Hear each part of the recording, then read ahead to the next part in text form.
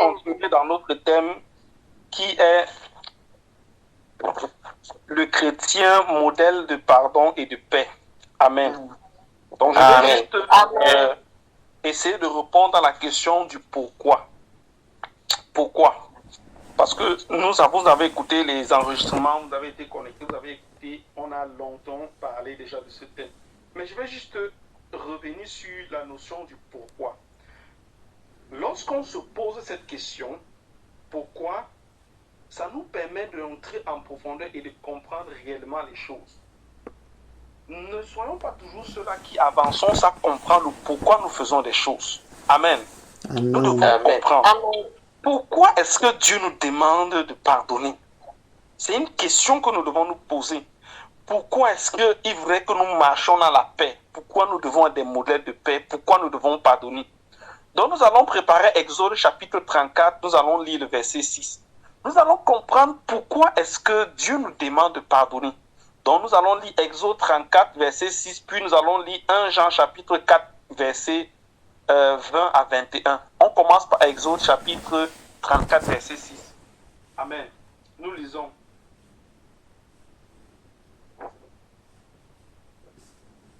Exode 34, le verset 6, je lis au nom de Jésus. Amen. Et l'Éternel passa devant lui et s'écria: L'Éternel, l'Éternel, Dieu miséricordieux et compatissant, lent à la colère, riche en bonté et en fidélité. Amen. Amen. Dieu quand nous lisons ce passage, ça c'est Moïse qui devait rencontrer l'Éternel. Si vous voulez comprendre ce qui s'est passé pour remettre le texte dans son contexte, nous vous encourageons à aller lire depuis le début. Mais j'ai pris juste ce verset parce que l'Éternel déclare là, il est le Dieu compatissant et miséricordieux. Pourquoi est-ce que Dieu nous demande de pardonner? Parce que le pardon marche forcément avec la compassion et la miséricorde. Et c'est l'essence même du Dieu que nous servons. Est-ce que nous voyons? C'est l'essence. C'est un Dieu compatissant, c'est un Dieu miséricordieux. Tu ne peux pas marcher dans la compassion si tu n'as pas le pardon. Parce que la compassion va aussi avec le pardon. La compassion va avec le pardon. La miséricorde va avec le pardon. Est-ce que nous voyons? Parce que c'est la nature de Dieu, c'est sa nature. Donc, c'est pourquoi tous ceux qui lui appartiennent, tous ceux qui ont en eux cette nature divine, doivent marcher dans le pardon. Est-ce que nous voyons un peu? Amen. Ce n'est pas une option. C'est que du moment où nous sommes en Christ, ça devient une nature. Et nous devons marcher parce que c'est notre nature. Un peu comme le chien, sa nature c'est d'être un chien. Si tu vois un chien qui a la tête du chat, nous allons comprendre qu'il y a un problème quelque part. Amen. Il y a un problème quelque part. Ça veut dire que tu vas dire que ce n'est pas naturel, ce n'est pas la nature d'un chien. Est-ce que nous voyons? C'est pareil, c'est la nature de Dieu, le Dieu que nous servons. Il ne peut pas changer parce que c'est sa nature, c'est un Dieu miséricordieux. Nous allons lire 1 Jean chapitre 4, verset 20 à 21. 1 Jean chapitre 4. 1 Jean chapitre 4, verset 20 à 21. Oui. Si quelqu'un dit « j'aime Dieu » et qu'il haït son frère, c'est un menteur. Car celui qui n'aime pas son frère qu'il voit, comment peut-il aimer Dieu qu'il ne voit pas? Le verset 21. Et nous avons de lui ce commandement, que celui qui aime Dieu aime aussi son frère. Amen. Amen. Pourquoi est-ce que l'apôtre dit ça? Que celui qui haït son frère est un menteur, n'aime point Dieu.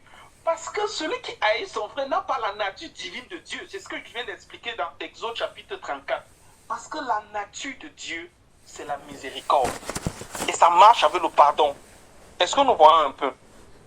C'est notre nature, c'est comme ça que nous sommes. Dieu nous demande aussi de pardonner. Pourquoi? Parce que le pardon nous fait sortir de certaines prisons. Celui qui ne pardonne pas, en fait, est emprisonné. qu'est-ce qui domine de lui? C'est le chagrin.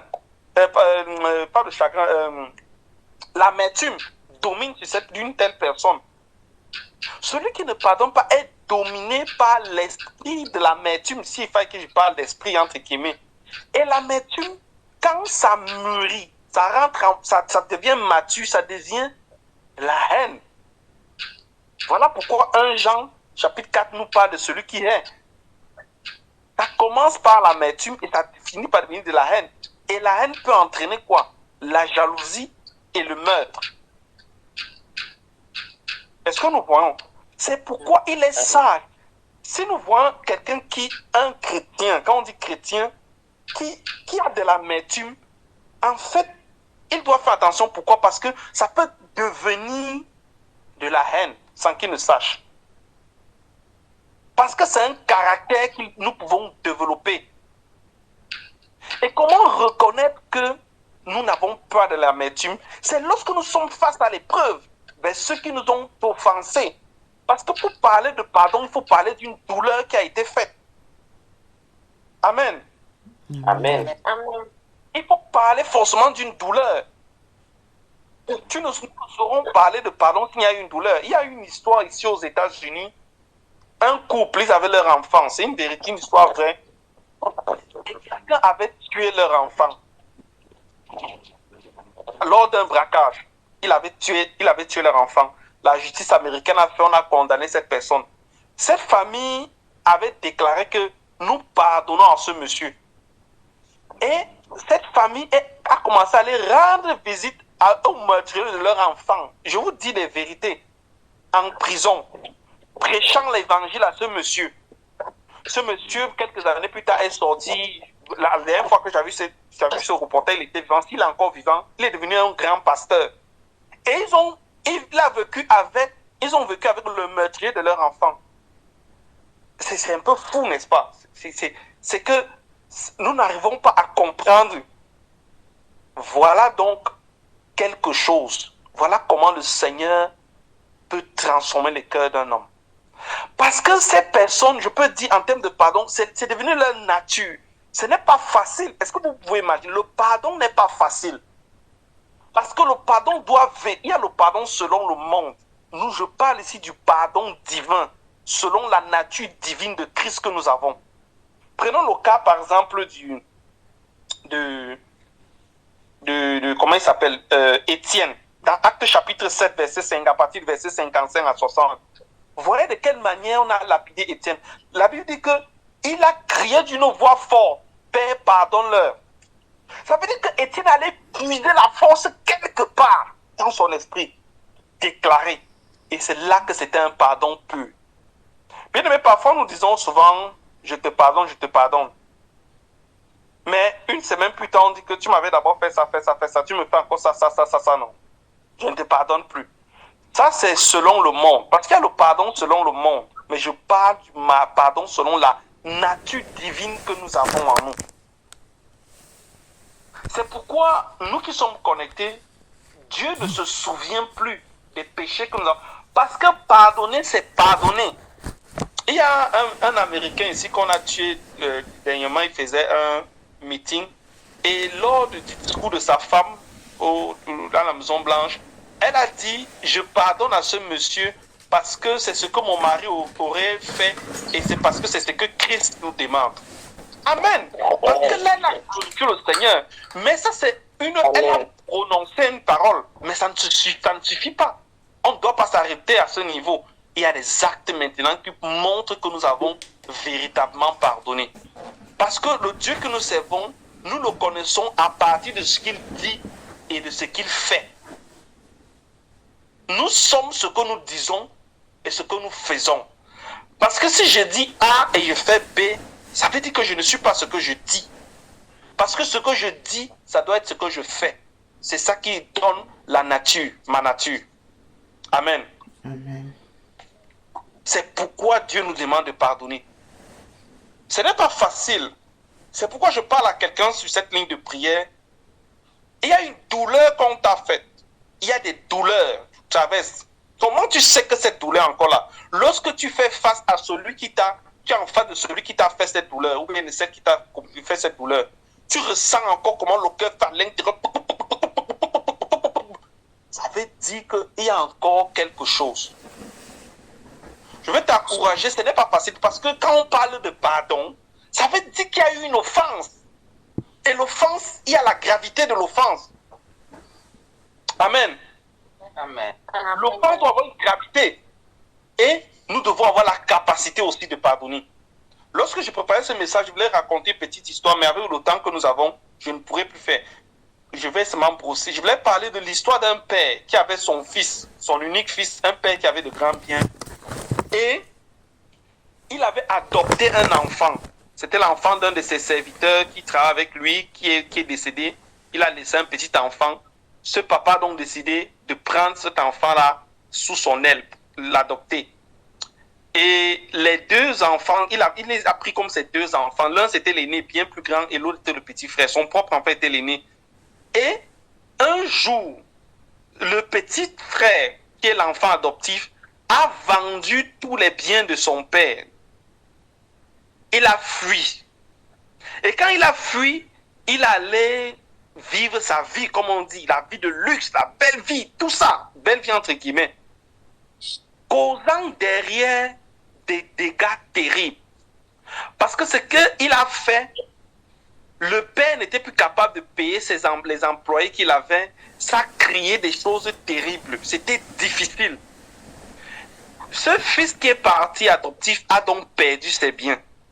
Il a commencé à vivre la maladie, des choses terribles, des choses difficiles. Et le père aimait tellement les deux enfants. Et les deux frères s'aimaient tellement que le grand frère a dit, je vais aller appeler mon fils que viens. Et lorsqu'il partait, ce qui s'est produit, c'est que les brigands ont tué cet enfant, donc le fils légitime même du père. Le père a envoyé des gens aller chercher cet enfant. Cet enfant avait peur de revenir auprès du père. Puis un jour, l'enfant, tellement c'était difficile qu'il a accepté de revenir. Et quand il revient, le père l'introduit encore comme père, comme héritier. Que bon, ok, vas-y, héritier. Il se disait toujours que, mais attends, avec ce que j'ai fait, mon grand frère m'est venu me chercher, on l'a tué à cause de moi. Le fils adoptif n'arrivait pas à croire que le père a effectivement pardonné. Bien aimé dans le Seigneur, cette histoire nous interpelle. Le Seigneur nous appelle. Parfois nous venons, mais nous vivons toujours dans la culpabilité. Ça veut dire que nous ne reconnaissons même pas la grâce d'avoir été pardonnés. Ce qui se produit, c'est qu'à chaque fois que nous posons un acte, nous nous disons que si par exemple j'ai mal à l'orteil, c'est parce qu'en 1975, j'avais commis tel péché. Si nous voulons marcher et être de modèle dans le pardon, nous devons aussi reconnaître que nous avons été pardonnés et ne plus passer le temps à confesser la même chose. Oh Seigneur, pardonne-moi. Nous devons accepter ce pardon. Amen. Amen. Nous devons avoir la capacité que Dieu m'a pardonné et refuser le chantage de la culpabilité. Parce que l'ennemi se penche souvent sur la culpabilité pour nous empêcher même d'être efficaces dans la prière. Si quelqu'un même n'est pas conscient, n'accepte pas d'avoir été pardonné, ça serait difficile en retour de pardonner. C'est pourquoi la Bible dit que là où le péché a abondé, la grâce surabonde. Nous pouvons retrouver ça dans Romains chapitre 5, verset 20. Là où le péché a abondé, plus tu t'es rendu compte que tu as offensé et que Dieu t'a accordé sa grâce, ça veut dire que tu as un cœur rempli d'amour d'accorder la grâce aux autres. Je ne pardonne pas parce que Dieu me dit de pardonner. Je pardonne parce que c'est ma nature. Amen. Est-ce que quelqu'un est en train de comprendre? Parce que si je pardonne parce que Dieu m'a demandé de pardonner, je ne suis pas différent de celui qui marche dans la loi. Ça veut dire que si on enlève Dieu, je commence à ne plus pardonner. Non. On ne peut pas changer ma nature. Ma nature, c'est ça. C'est pourquoi on dit le chrétien modèle de pardon, parce que le pardon, c'est ta nature divine. Je prie donc au nom de Jésus pour toi qui es connecté. S'il y a de l'amertume dans nos cœurs, je prie que le Seigneur, que le Saint-Esprit t'aide à libérer cette amertume au nom de Jésus. Amen. Parce que l'amertume détruit l'âme, ça détruit le chrétien. Alléluia. Et il y a des gens qui ne parlent pas en langue, qui n'ont pas reçu le don de l'esprit. Pourquoi? À cause de l'amertume dans le cœur. Parce qu'ils n'arrivent pas à pardonner. Est-ce que c'est facile? Non. Ta belle-mère t'a fait du mal. Ton mari t'a fait du mal. Tes parents t'ont fait du mal. Il y a des gens que les parents leur ont fait du mal. Hein? Je vous assure, du mal. Mais Jésus t'a fait du bien. Et Jésus te fait du bien. Amen. J'ai envie de dire à quelqu'un qui est connecté sur cette ligne de prière, même si ta famille t'a fait du mal, même s'il y a des amis qui t'ont fait du mal, même s'il y a quelqu'un qui t'a escroqué, même si tu as traversé n'importe quoi, j'ai envie de te dire, toi qui es connecté, et je prie pour toi en ce moment, que le Seigneur touche ton cœur et que cette amertume libère ton esprit. Alléluia. Amen. Tu ne peux pas marcher pleinement dans la puissance de Dieu s'il y a de l'amertume dans le cœur. Je parle précisément à quelqu'un qui est connecté sur cette ligne de prière et qui crie que Seigneur, laisse-moi voir ta gloire. Je veux encore expérimenter quelque chose, mais c'est cette amertume qui empêche que la puissance de l'Esprit Saint soit manifeste. Libère le cœur. Et en ce moment, même pendant que je parle, même ta langue va se délier et tu pourras parler en langue. Alléluia. Amen. Alléluia. C'est ma nature. Je veux que quelqu'un dise, c'est ma nature divine d'être un porteur de pardon en moi. C'est ma nature divine d'être un porteur de pardon en moi. C'est ma Je ne nature. pardonne pas parce qu'il y a une épée sur ma tête qui me dit pardonne pas. Non, en fait, c'est comme si, c'est un peu comme quelqu'un qui marche, 1, 2. Tu ne peux pas t'empêcher de pardonner. Est-ce que si chacun d'entre nous vient exposer comment est-ce qu'on lui a fait du mal, tu vas toi-même prendre ta part, tu vas dire, hey, donc l'amertume que je passe là, je porte là, ça me sert à quoi? Mon père m'a fait souffrir, ma mère m'a fait ceci, mais ceci, je pardonne. Et ce qui prouve que tu as le pardon, c'est quand tu vas voir, tu seras confronté à la situation, comme on dit dans notre pays, ça te laisse à 37. Là, tu vas dire, hey, à un moment donné, tu vas dire, hey, la situation qui m'est... Hey! Là, l'Esprit aura touché ton cœur. Tu peux marcher pleinement dans la puissance de Dieu. Pourquoi le Seigneur nous demande d'être des miséricordieux, de marcher dans la paix, de rechercher la paix, d'être des modèles de paix? Parce que là où il y a la guerre, même un enfant de Dieu ne peut pas prospérer. Et la Bible dit que Jésus est le prince de paix. Est-ce que ça veut dire que c'est aussi la nature divine de Dieu. Et ça doit être notre nature divine. Qu'est-ce que tes amis t'ont fait? Qu'est-ce que tes amis t'ont fait d'aussi grave? Pour que la force... Ça veut dire qu'Étienne a poussé d'un cri. Ça veut dire que c'est sorti de l'intérieur. Le pardon, c'est une force qui vient de l'intérieur, bien-aimé. J'ai dit le pardon divin. Ce n'est pas une histoire que bon, je te parle. Ça veut dire, quand on dit c'est venu, il a poussé, ça veut dire qu'il faut aller chercher ça loin. Dans les entrailles, dans l'esprit. Que le Seigneur te bénisse, toi qui es connecté. Je prie encore pour toi ce matin. Que l'Esprit te visite. Que le Seigneur te parle. Que le Seigneur parle à ton cœur. Alléluia. Et que, au sortir de ce thème, que nous soyons des chrétiens et des chrétiennes transformés. Que ni l'amertume, ni la colère, ni la haine, ni la jalousie, ni ces choses, la violence, ne viennent heurter notre esprit, notre âme. Parce que nous sommes des chrétiens. Nous représentons le Christ. Nous sommes à l'image de Jésus. Je prie que la lumière éclaire ton cœur. Que le Seigneur te donne cette force de pouvoir pardonner. Pardonner ne veut pas dire forcément que tu as oublié. Parce que, bien aimé, nous devons pardonner et oublier. Mais nous devons nous servir des blessures que nous avons reçues pour avancer, pour être solides dans la foi. Est-ce que nous voyons? Amen. Ce n'est pas parce qu'on a dit pardonne à celui qui a tué que tu vois que celui qui a tué veut continuer à tuer, que tu vas aller l'embrasser. En chaque chose, nous devons être sages. Hey! Dans le sang de Jésus. Sois béni au nom de Jésus, toi qui es connecté. Au nom de Jésus. Amen, amen, amen. Amen. Amen. Amen. Amen. Bénissons Dieu pour le conseil de ce matin. Que le Seigneur bénisse grandement nos frères. Émile, nous avons vu que le pardon est l'essence même de la nature de Dieu. Tous ceux qui ont la nature de Dieu sont compatissants et miséricordieux comme Dieu est miséricordieux. Celui qui est son frère n'a pas la nature de Dieu.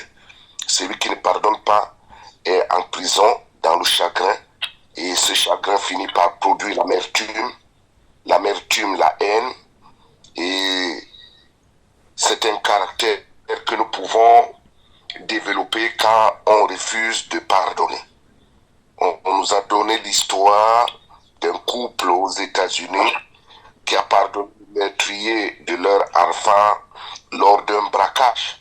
Et ce pardon a fait du meurtrier sorti de prison un pasteur prédicateur de l'évangile. Cette histoire nous interpelle, car beaucoup de chrétiens ont toujours dans leur cœur la culpabilité. Il faut refuser le chantage de l'ennemi qui te fait croire que Dieu ne peut pas pardonner. Pour pardonner, nous devons nous-mêmes savoir que Dieu nous a pardonné, que Jésus nous a fait du bien, et accorder la grâce de Dieu à ceux qui nous ont dévancés. Nous ne pardonnons pas parce que, à cause de la loi, mais parce que c'est notre nature. L'amertume détruit l'âme, et ceux qui en sont possédés ne réussissent pas à pardonner. Même si ta famille et tes amis t'ont fait du mal, que le Seigneur touche ton cœur et que l'amertume de ton cœur soit expulsée. Comment savoir si nous avons eu à pardonner quand nous sommes confrontés à la personne qui nous a offensés? Quand notre cœur est en paix, c'est que nous avons pardonné. Que le Seigneur bénisse ce conseil de ce matin au nom de Jésus. Amen. Amen.